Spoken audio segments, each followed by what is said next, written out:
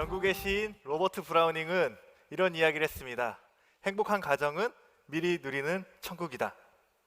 안녕하세요. 애터미를 만나 잃어버린 꿈을 찾은 이희성입니다. 혹시 제가 잃어버린 꿈이라고 말씀을 드렸는데 제 잃어버린 꿈 궁금하지 않으세요? 네. 제가 잃어버렸던 꿈은 소박합니다. 행복한 가정, 좋은 아빠였습니다. 평범한 직장인으로 평범하게 살고 있었습니다.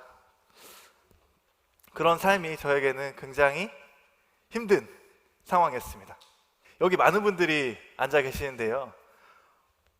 어린이날 선물 받으신 적 다 있으시죠? 제가 생뚱맞게 어린이날 선물 여쭤봤는데요. 제 사연이 있습니다.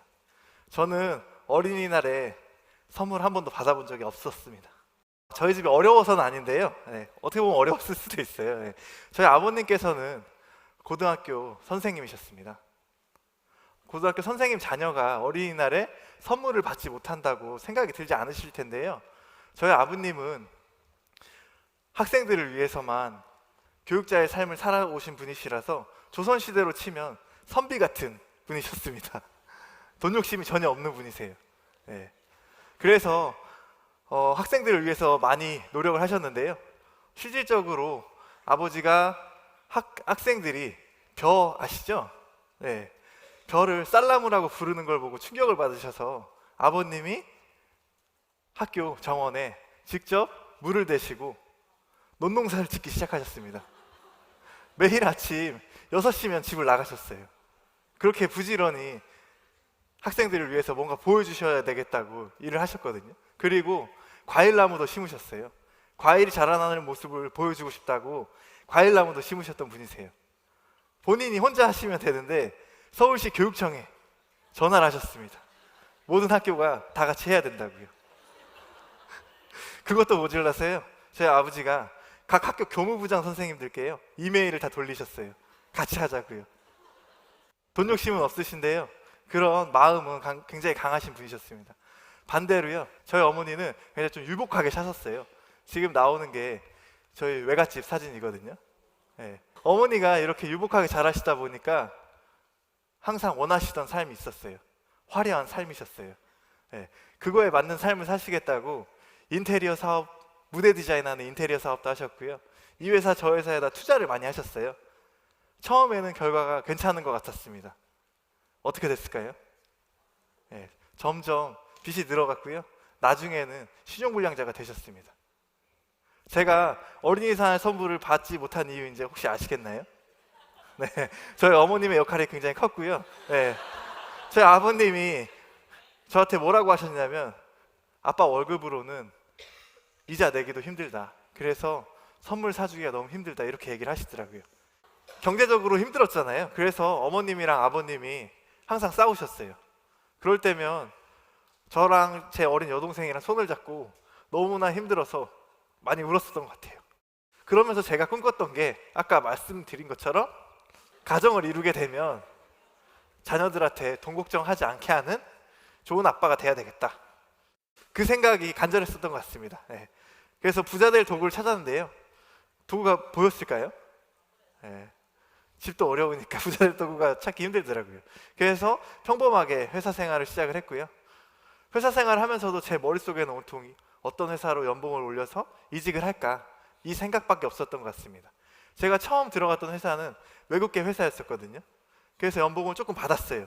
근데 제가 하는 일보다 연봉을 조금 덜 준다고 생각이 들어서 제 이력서를 내고 국내 제약회사로 또다시 이직을 했습니다. 그 회사를 또 다니는데요. 여전히 제 생각에 부자 될 수 없는 일인 거예요. 그래서 제가 3번째 이직을 결심을 했거든요. 3번째 이직을 결심하고 아버님께 말씀을 드렸습니다. 아버님이 그때 한 말씀 하시더라고요. 근데 엄마가 하는 일이 괜찮은 것 같다. 네가 돈을 더 벌고 싶어서 이직을 결심한 거라고 하면 엄마가 하는 일을 알아봤으면 좋겠다.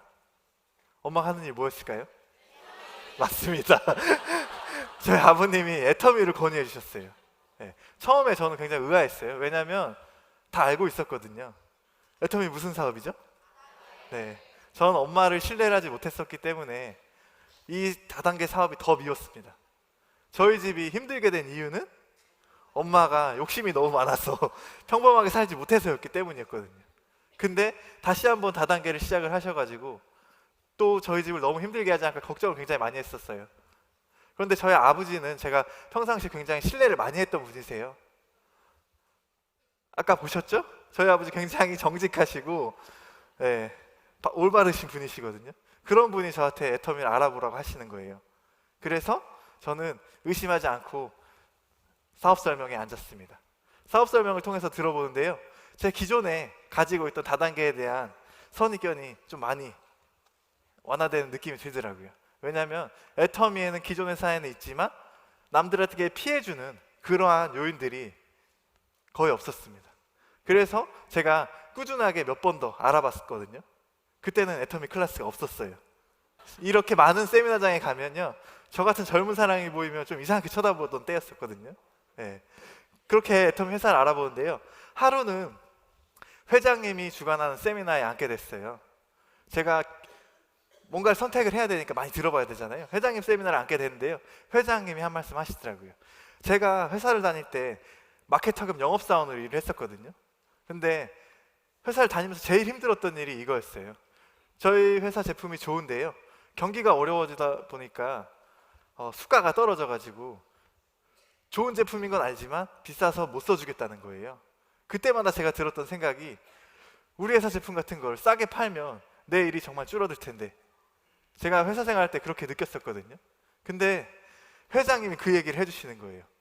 이 애터미란 회사는 좋은 제품을 싸게 팔겠다. 좋은 제품을 싸게 팔다 보면 우리 같은 유통회사는 소비자들은 알아서 몰려올 거다. 이 얘기를 하시는데요, 제가 너무 감동을 받았어요.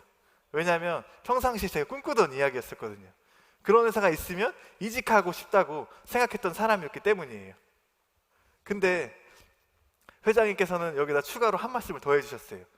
대형마트에서 지금 팔고 있는 칫솔이 있는데 애터미에서 절반 가격에 파시겠다는 거예요. 그러면서 그 이유에 대해서 상세하게 설명을 해주셨어요. 그 얘기를 듣는데 진짜로 이런 경영자 밑에서 일을 한다면 이 회사는 성공 못하는 게 기적이다, 성공할 수밖에 없겠다, 이런 생각이 들더라고요. 그러면서 제가 결단을 내렸고요. 그 결단을 내린 지가 지금 7년 됐습니다. 네. PPT 보이시나요?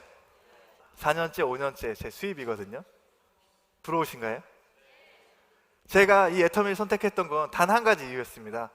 회사 다닐 때 제가 느꼈던 점은 노력한 대로 보상을 해주지 않는다. 그게 제일 큰 불만이었습니다. 그런데 이 애터미란 사업의 가장 큰 비전은 노력한 만큼 돌려받을 수 있을 거라는 그런 확신이었기 때문입니다. 실질적으로 그 확신이 저에게 돌아온 그런 증거라고 생각을 하고요. 지금도 제가 이 선택에 대한 결과로 지금은 제가 사랑하는 제 딸과 제 가족들에게 다른 가정보다 좀 더 금전적으로 여유 있는 삶을 살 수 있게 해주는 그런 아빠가 된 것 같아서 저는 그 선택에 대해서 굉장히 만족을 하고 있습니다.